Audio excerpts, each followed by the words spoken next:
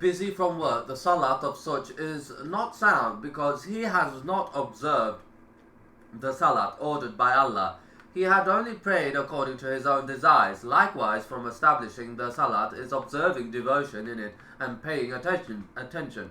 So the one who is performing the salat with his body while he is absent-minded would only benefit from the aspects he concentrated while in the salat.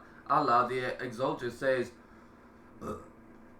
"Successful indeed are the believers, those who offer their salat with all solemnity and full submissiveness." And He, the Most High, said, "And truly it is extremely heavy and hard, except for those who obey Allah with full submission. That is, the salat is arduous, except for those who obey Allah with all solemnity. For them it will be easy, and they will take delight from it. Devotion is the spirit of the salat, and the salat without devotion is like the lifeless body. Even when he had performed the prayer visibly, and will not be ordered to repeat it. However, he has no reward from it. He finished it not gaining any reward, because he did not pay attention in it from its beginning until its end. He could also gain only a little from it, and an individual could also gain a great deal. One could even gain the entire reward, all according to his devotion in the salah. From establishing the salat is observing it in the mosques with the congregation, because observing the salat with the congregation is obligatory upon every individual, that is, upon everyone. So every Muslim who has the ability to come to the mosque and observe the salat is congregation, then that is obligatory upon him. He said, "Whosoever hears the call to prayer and does not attend to it does not have the salat except for a valid excuse." If everyone should be allowed to pray in his place or house, why then is the call to prayer established? Why is it established that the caller should say Hayya ala salat, Hayya ala salat, meaning come to the salat, come to success? That is to say, come and observe the salat with the congregation in the houses of Allah, the Mighty and Sublime, except for the one who with a valid excuse, or who cannot find a congregation, or where no mosque exists. Then he should observe the salat in his place. But for the one around the mosque who hears the call to prayer and is healthy and safe, then he has no prayer if he performs the prayer in his house. The third pillar, giving the zakah. This is a right Allah, the Mighty and Sublime, has obliged upon the wealth of the rich for the poor. Allah the Exalted says, "And in their properties there was the right of the beggar who asks, and the poor who does not ask others, and those in whose wealth there is a recognized right for the beggar who asks, and for the beggar who asks, and for the unlucky who has lost his property and wealth." Therefore, it is an obligatory due and not a supererogatory deed or recommended one, or something to be given as a donation.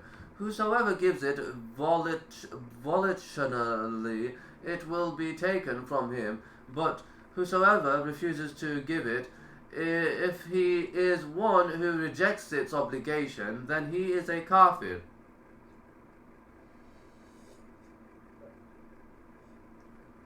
But if he is one who admits its obligation but refuses to give it out of stinginess, then it is obligatory on the authorities to take it from him forcefully, warn him, and discipline him. If he has some power, soldiers, and weaponry, then the authorities will mobilize an army to fight him until he pays the zakah in the manner Abu Bakr fought those who refused to give the zakah during his rule.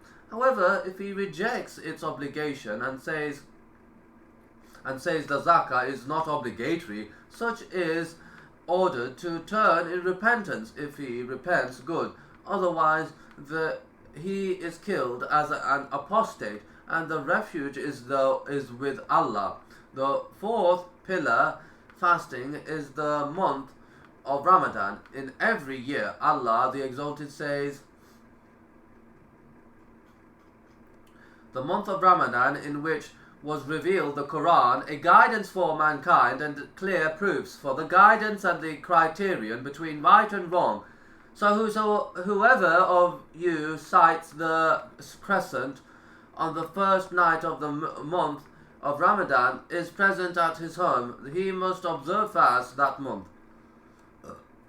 So it becomes obligatory upon the Muslims to observe the fast in the month of Ramadan if he is able and has no valid excuse, or fulfill what is required in its place if he will be unable to make observance for a valid excuse. Allah the Exalted says, and whoever is ill or on a journey, the same number of days which one did not observe fast must be made up from other days. Therefore the sick and the traveller will not fast, but they will make up the fast later. However, whoever is not able to observe the fast due to old age or an enduring illness will feed the poor. Allah the Most High says, and as for those who can fast with difficulty, an old man, they have a choice either to fast or to feed a poor person for every day.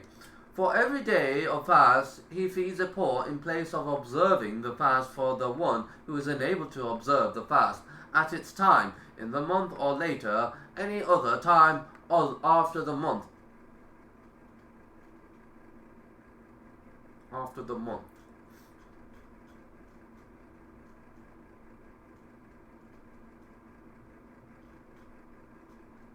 After the month.